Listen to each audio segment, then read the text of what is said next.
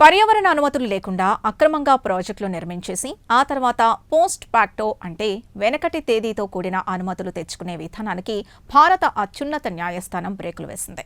పర్యావరణ ముందస్తు అనుమతులు లేని ప్రాజెక్టులకు సులభంగా మినహాయింపులు ఇచ్చేలా కేంద్ర పర్యావరణ మంత్రిత్వ శాఖ గతంలో జారీ చేసిన ఆఫీస్ మెమొరాండంని సుప్రీంకోర్టు రద్దు చేస్తూ సంచలన తీర్పునిచ్చింది. Chief justice Suryakant, justice Joymalya Bagchi, justice Vipul పంచోలీలతో కూడిన ధర్మాసనం ఈ కీలక ఉత్తర్వులు జారీ చేసింది. మరి అందులోని కీలక అంశాలేంటి? ఆ ఆదేశాల ప్రభావం ఎలా ఉంటుంది?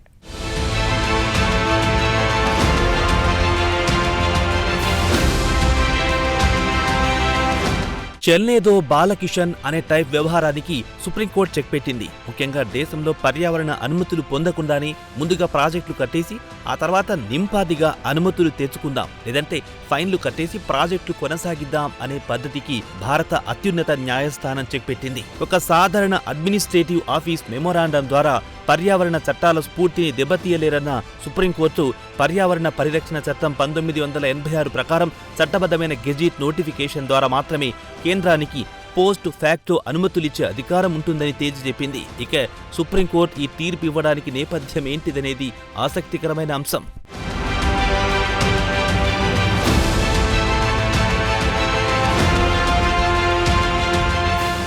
2006 నాటి ఎన్విరాన్మెంట్ ఇంపాక్ట్ అసెస్మెంట్ నోటిఫికేషన్ ప్రకారం ఈ ప్రాజెక్ట్ అయినా ప్రారంభించే ముందు పర్యావరణ అనుమతులు పొందడం తప్పనిసరి. ఇది అనుమతులు లేకుండా పనులు ప్రారంభించిన వారి కోసం కేంద్ర పర్యావరణ, అటవీ, వాతావరణ మార్పుల మంత్రిత్వ శాఖ 2021లో ఓ ఆఫీస్ ఆఫ్ మెమోరాండం తీసుకొచ్చింది.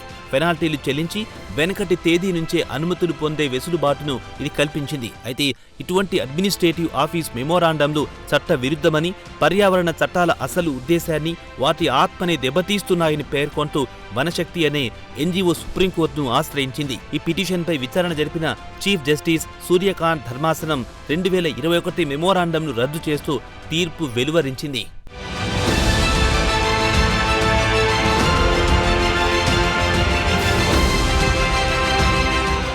ఈ తీర్పులో సుప్రీంకోర్టు ఒక కీలక చట్టపరమైన వ్యత్యాసాన్ని ఎత్తి చూపింది.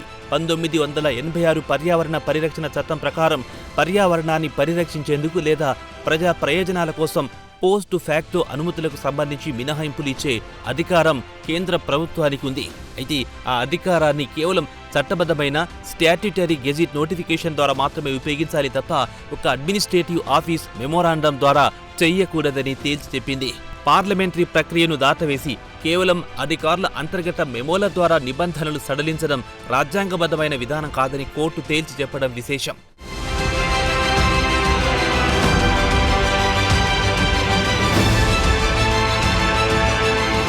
పర్యావరణ నిబంధనలు ఉల్లంఘించే వారికి ఈ ఆఫీస్ మెమోరాండం ఒక శాశ్వత క్షమాభిక్ష పథకంగా మారిందని సుప్రీంకోర్టు తీవ్రమైన వ్యాఖ్యలు చేసింది.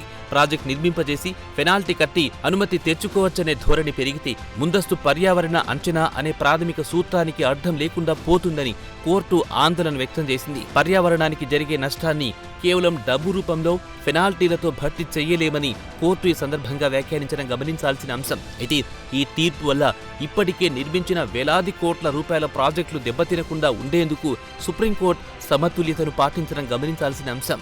ఇప్పటి వరకు క్రమబద్ధీకరించుకుని వెనకటి తేదీ పర్యావరణ అనుమతులు పొందిన ప్రాజెక్టులు చెల్లుబాటులోనే ఉంటాయని, వాటి అనుమతులు రద్దు చేయడం లేదని కోర్టు క్లారిటీ ఇచ్చింది.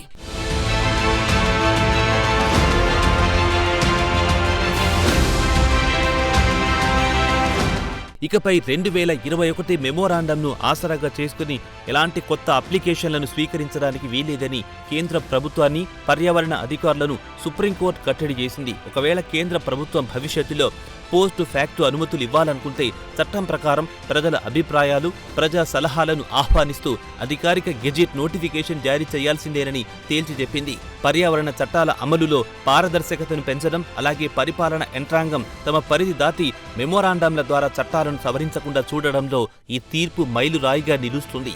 అభివృద్ధి పేరిట పర్యావరణ నిబంధనలు తొక్కిపెట్టే వారికి ఈ తీర్పు చెంపపెట్టు లాంటిదనే అభిప్రాయాలు నిపుణుల నుంచి వ్యక్తమవుతున్నాయి.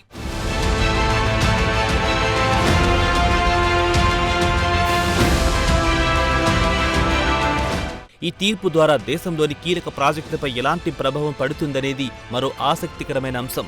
మైనింగ్, నేషనల్ హైవేలు, విద్యుత్ కేంద్రాలు, పోర్టులు, పెద్ద పరిశ్రమల నిర్వాహకులు ఇకపై పర్యావరణ అనుమతులు రాకముందే ముందు పనులు మొదలెడదాం, ఆ తర్వాత ఫైన్ కట్టి అనుమతులు తెచ్చుకుందాం అనే ధోరణి ఇకపై చెల్లదు. కొత్తగా ప్రారంభించే ప్రాజెక్టులకు పర్యావరణ అనుమతుల ప్రక్రియ పూర్తయ్యే వరకు రూపాయి కూడా వెచ్చించి పనులు ప్రారంభించడానికి వీల్లేకుండా పోయింది. దీనివల్ల ప్రాజెక్టుల ప్రారంభంలో కొంత సమయం పట్టే అవకాశం ఉంది. మరోవైపు కేంద్రం పోస్ట్ ఫ్యాక్టో అనుమతులను మళ్లీ ఇవ్వాలనుకుంటే ప్రజల అభిప్రాయాలు కోరుతూ కొత్తగా గెజిట్ నోటిఫికేషన్ తీసుకురావాల్సి ఉంటుంది.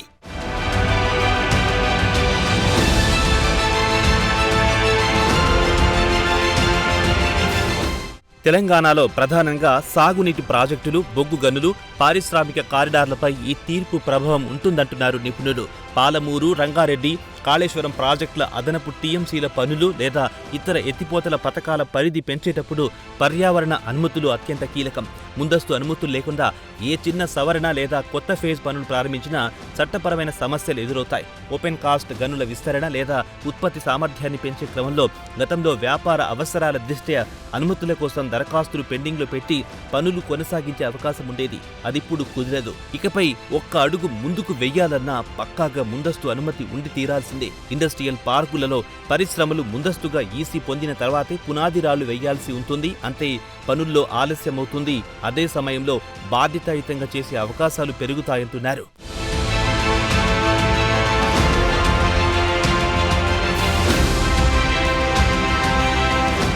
ఇక ఆంధ్రప్రదేశ్లో పోలవరం, అమరావతి రాజధాని నిర్మాణం, ఓడరేవులు, మైనింగ్ రంగాలపైన ఈ తీర్పు ప్రభావం ఉంటుంది. పోలవరం లేదా రాయలసీమ ఎత్తిపోతల వంటి ప్రాజెక్టుల డిజైన్ మార్పులు, కెపాసిటీ లేదా పెంపు అనుబంధ కాలువల పనులు చేపట్టేటప్పుడు పర్యావరణ నిబంధనలు ఖచ్చితంగా పాటించాలి. అనుమతులు రాకుండా పనులు వేగవంతం చేస్తే గ్రీన్ ట్రిబ్యునల్ లేదా సుప్రీంకోర్టు ద్వారా స్టే వచ్చే ప్రమాదం ఉంది. అలాగే విశాఖపట్నం, నక్కపల్లి, కాకినాడ ప్రాంతాల్లో విస్తరిస్తున్న ఫార్మా, కెమికల్ పరిశ్రమలకు ముందస్తు స్టడీస్ అత్యంత పారదర్శకంగా జరగాలి.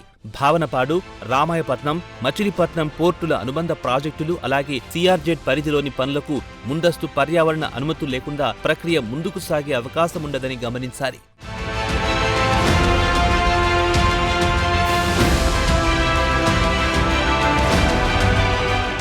ఈ తీర్పు ప్రకారం గతంలో అనుమతులు పొందిన తెలుగు రాష్ట్రాల ప్రాజెక్టులకు ఎలాంటి ముప్పుండదు. అయితే భవిష్యత్తులో నిర్మించే లేదా విస్తరించే ప్రతి ప్రాజెక్టుకు రూల్ బుక్ ప్రకారమే ముందస్తు అనుమతులు తెచ్చుకోవాల్సిన పక్కా బాధ్యతను రాష్ట్ర ప్రభుత్వాలపై అలాగే ప్రైవేట్ డెవలపర్లపై ఉంచింది సుప్రీంకోర్టు.